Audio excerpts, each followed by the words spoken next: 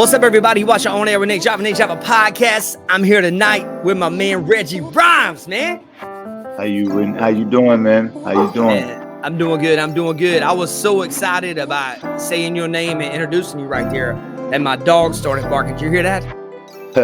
Yeah, I did. Hey, they Reggie fans too, man. I appreciate them.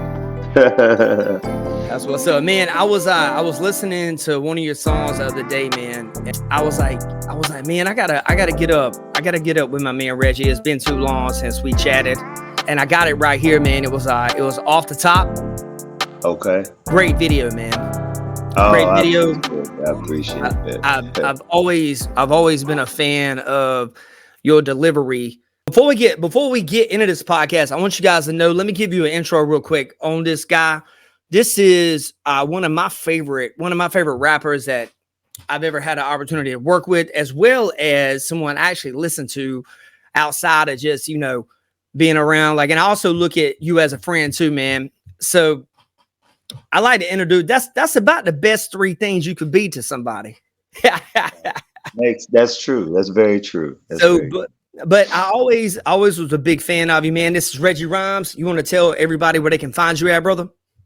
Wow. We just put the album out, Vanguard. It's on YouTube right now, on my page on YouTube, on the YouTube platform. I'm on Twitter, Facebook, Instagram. That's REGGIE we on Thread. We got a mixtape dropping as well called A Genuine Article that should be coming out anytime now.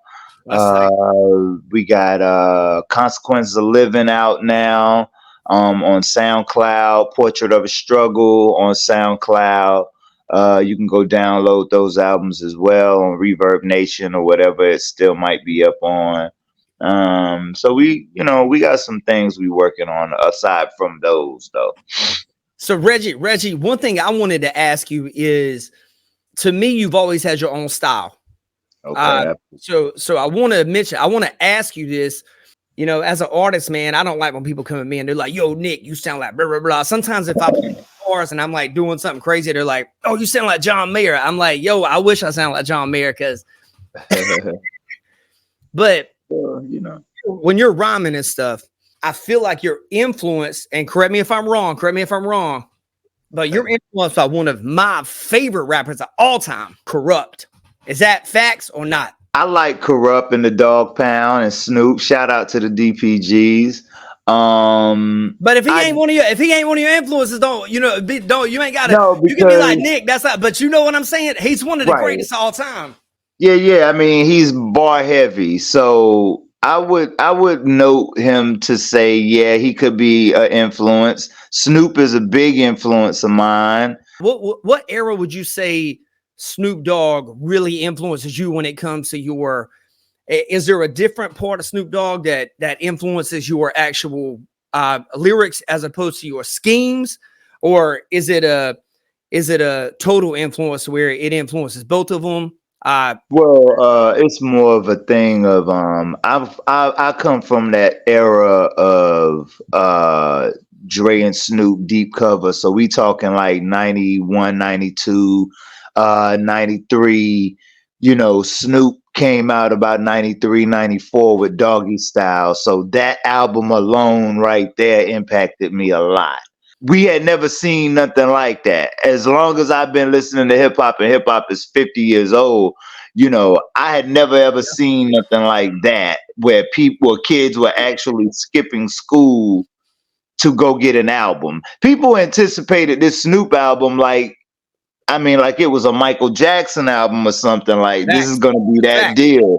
And when Doggy Style came out, it didn't disappoint. It did 4 million, I want to say, in its first year, give or take. I want to say you can probably go Google that and look that up, but it did about 4 million around that time, and that's 93, 94. So that part of that Snoop right there influenced me a lot. And then we saw, like I said, the Dog Pound come out about 95, 96, and I was like, wow. I mean, well, actually, the Dog Pound kind of came out about 93, 92 on the Chronic album. That's when Right. they really got their break off the Chronic album. So, Yeah, yeah. You're right. You're right. So yeah. the was the Chronic record the one that kind of jumped that one off? Yeah, I think a lot of them, because that definitely set Snoop up. Yeah, the Deep Cover record came out before the Chronic, and then the Chronic came out, and that kind of everybody was on that album, that Yeah, collective right there, and that album kind of catapulted Snoop to come out and do what he did with Doggy Style. But you see, with the Chronic, it's kind of where everybody got showcased from RBX, Daz, Corrupt, Rage, Snoop, the list went on and on. But I'm a huge West Coast fan, but I'm more so a East Coast fan. You know what I mean? I mean, absolutely. Big is one of my, if not my favorite.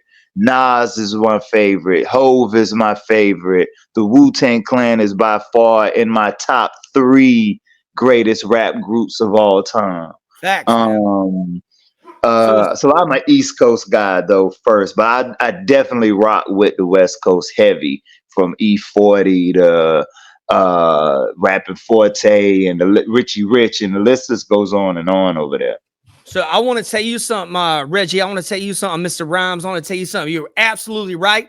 And it was 1992, and Yeah. Snoop Dogg, his guest appearance on Dr. Dre's debut solo single, "Deep Cover." Man, you're right, bro. Your memory serves you correct, brother. And Yeah, later yeah, on yeah. Dre's debut album, The Chronic. So Dre had a debut solo single named "Deep Cover," and then the album came out, The Chronic. So I did not know that. I learned something tonight. And the funny thing about Deep Cover is a lot of people would think that record was samples, right? You would think that record samples, but no, let Snoop tell it. And Snoop was there. We talking about a young Snoop. Snoop, has said he played all of that out of air. Like he did that right there on spot. From the drums to the synths to the keys, and I'm like, holy shit. I mean, you know what I'm saying? Like Right. this shit is hot. Like Yeah, he played that this was a shit. crazy record, man. That was crazy. Absolutely, that shit's crazy. And it's like, what?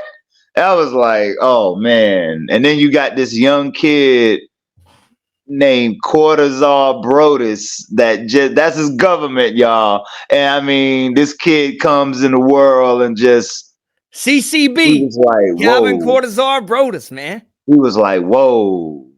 Okay, this is the new blood. This is the new blood right here. So once we heard that, and then that kind of helped us along with get him more familiar when he did the Chronic, and we already know what that did. So and Yeah. then Doggy Style, and it just was on from there. So Reggie, I wanna mention something to you, man. Now I did love that album, but I want to Mm. tell you something, man. I was a little bit young when that album came out. I did go back and listen to that album, but the Mm-hmm. album I remember that was just the one that I loved and loved and loved was that Dogfather album. Really? And I ain't gonna Now lie to you you, man. know. But I went back and listened to it, and I want to say this, man. Uh-huh. The first one, in my opinion, I think the first one you're talking about is better. But my introduction to Snoop was the Dogfather. Oh, But okay. but Okay. I go back and listen to the first one, and I think you're absolutely right. But I want to say, Absolutely. man, that Snoop Doggy Doggy Dog. Yeah. Come on, man, that's a crazy Yeah. hook, man. I I almost want mean, to play that hook right now. what's funny about Doggy Style was this was a time when we were still taping records off the radio with our tape decks, our dual cassette tape decks. Yep. And we were like waiting and anticipating for the radio to play a song coming from this album because they probably played maybe two records off that album, if I can remember, which was that and Gin and Juice. And when we taped it and just listened to it over and over, we was like, this album's gonna be too much. We were just anticipating that it's gonna be ridiculously hot, right? And it was It's kind of ridiculously like, hot, okay, man. let me say this. It's kind of like for a lot of kids now, it's kind of like if they can remember when Get Rich or Die Trying came out by 50 Cent, which is a bona fide classic. That If is you can remember when that album came out, see, when In the Club came out, that single hit people in the head in a way that people wasn't sure, but see, right. before that you had Wankster. So Wankster kind of rode the momentum of the whole beef with him and Ja Rule, right? But that Doggy Style set up that album to do what it did. Facts. Facts. Get Rich or Die Trying did crazy numbers and it's a classic.